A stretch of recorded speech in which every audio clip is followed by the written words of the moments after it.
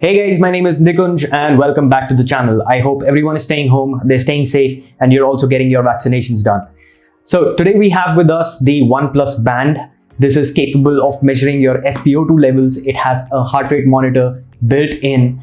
This is capable of tracking your sleep. It is capable of tracking 13 exercise modes, and it is IP68 water resistant.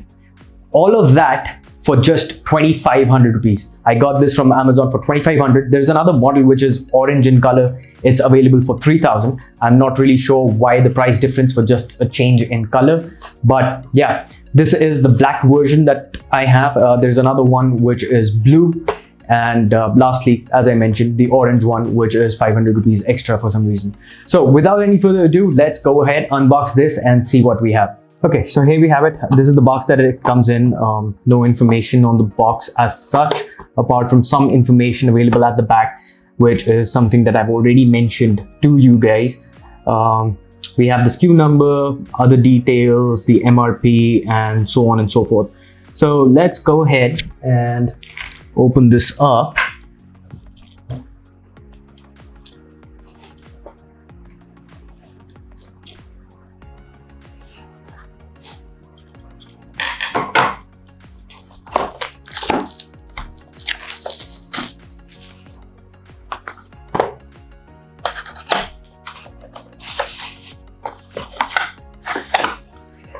And here we go. Here is the band with a small film at the top. Yep, here we go. That's out. No physical buttons to speak of anywhere, which is kind of surprising. Silicone strap, fairly smooth, and I think this should feel really comfortable against your skin. We have the sensors at the back and two little pins which help you connect it to the charger. Let's see what else we have in the box. Some paperwork, the red label club card, red cable club, I'm sorry. No Oneplus stickers, I suppose. No stickers to speak of. Right, let's keep this aside, and here we have the charging cable for this.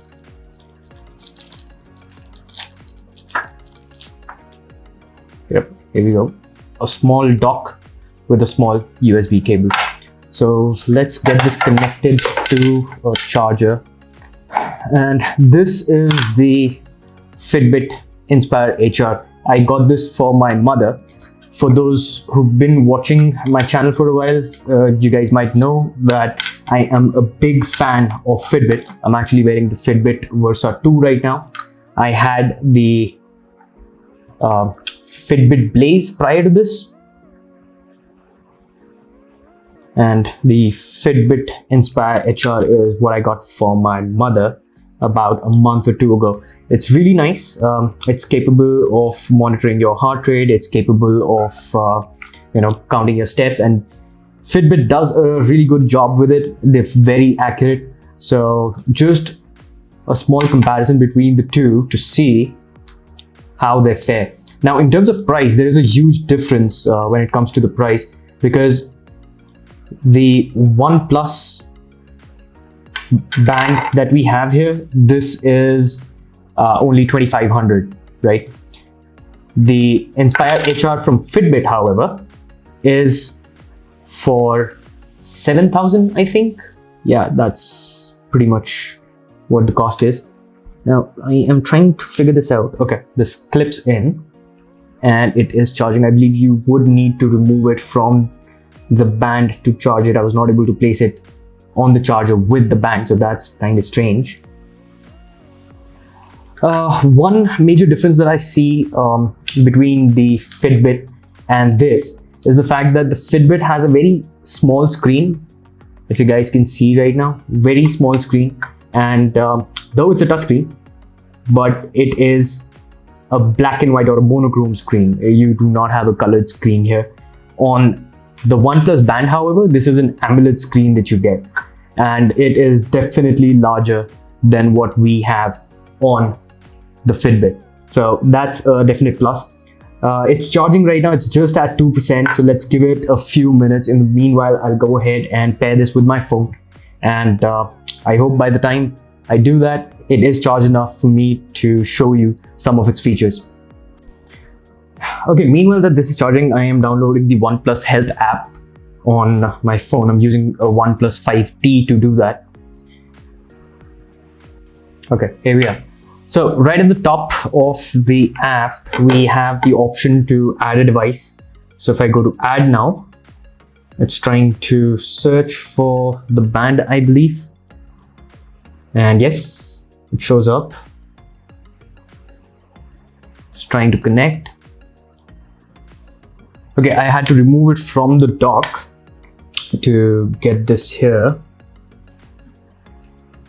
The pairing initially failed. I'm trying to pair it one more time. Okay, now it gives me a code, gives me the same code on the phone and the watch. So I will accept that, and it's pairing now. The pairing has been successful, so that's really smooth, really fast as well. Settings, brightness, and I'm cranking the brightness all the way up. Now the only thing is that I do not have much battery in this for now, so that's all right. Well, the screen is definitely bright enough for you to see it in normal circumstances.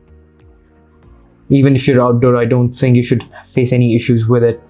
And a fairly responsive AMOLED touchscreen. I think this is around 1 inch. If I talk about the height.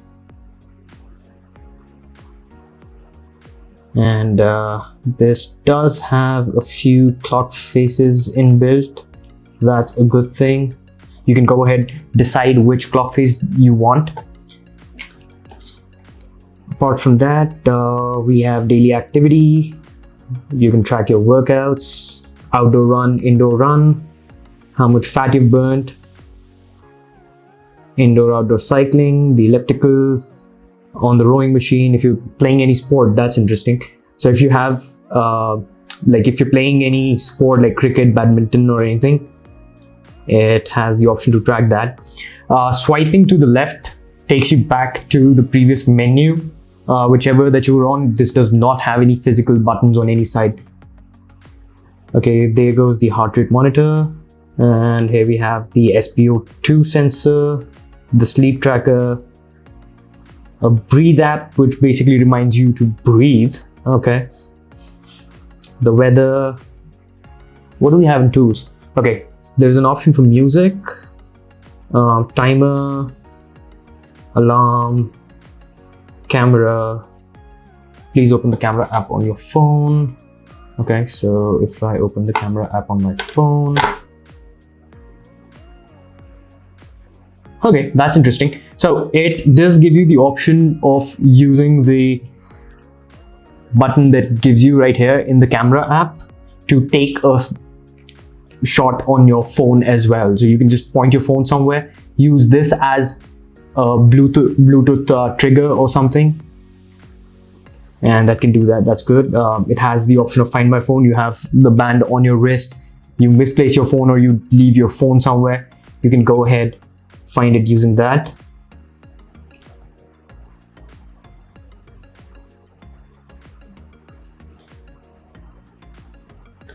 Okay, does give you music controls on your wrist as well, so that's pretty neat.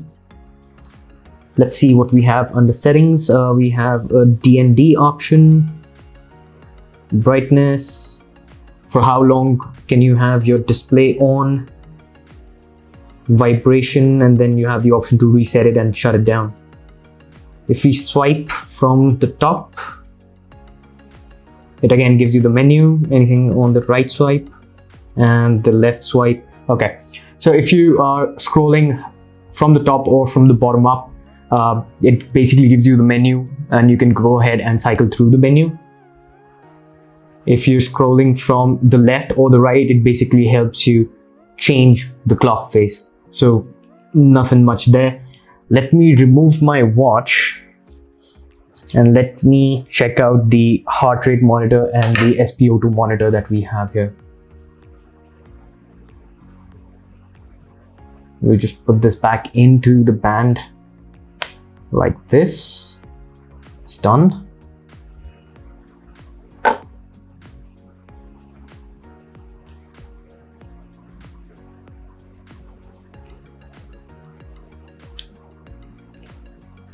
And the first thing that I noticed as soon as I wore this is that it is really light. So you don't feel it on your wrist, even if I don't think you'll notice it much if you're wearing it for an extended period. Okay, so let's go to the heart rate monitor, for example.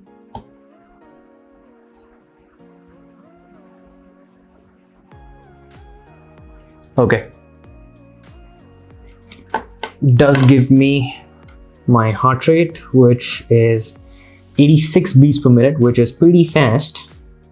All right, there we go. We have the SpO2 sensor right here, or the SpO2 monitor on one finger on my right hand. On the left, we have the Oneplus band. So let's see how this fares.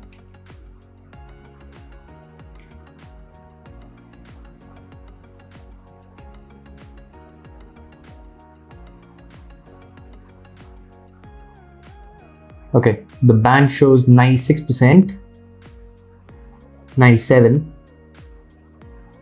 and the SpO2 monitor that we have also shows 96. The band is back to 96 from 97, so yeah, that's pretty accurate.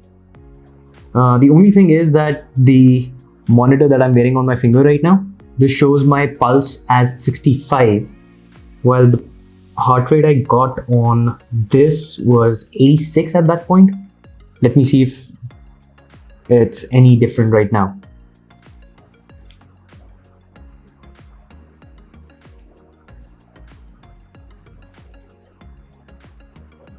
Okay, 70 beats per minute. Over on the monitor, we have 65. Okay, on the band as well, it has dropped to 65. And it's fluctuating between 65 to 71 now, and it's going up, and it's pretty much similar to what I have on the oximeter on this finger. So given that, I think this is fairly accurate, and let's leave it at that. So right out of the gate, the first thing that I'm really impressed about is the quality of the screen. At full brightness, it is bright enough, I believe, to be used outdoors as well. So that's a plus. The SpO2 monitor and the heart rate monitor are fairly accurate. So that's definitely good. I'll have to see how good at step tracking, or the step counter in this is. That's obviously something that I'll know once I've used this a little bit. And in terms of everything else, it does have more features than the Fitbit. So considering the price point, I believe this is the definite option that you should choose, especially if you have a OnePlus phone. So there you have it, guys, the OnePlus band.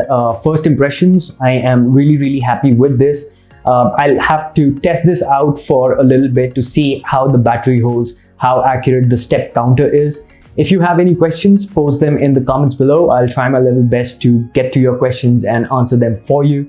If you've already bought this, let us know what your experience was, again, by posting it in the comments. Your experience and your post may help others who are trying to decide whether they should go for this product or not. And until next time, take care of yourselves and your families and stay safe.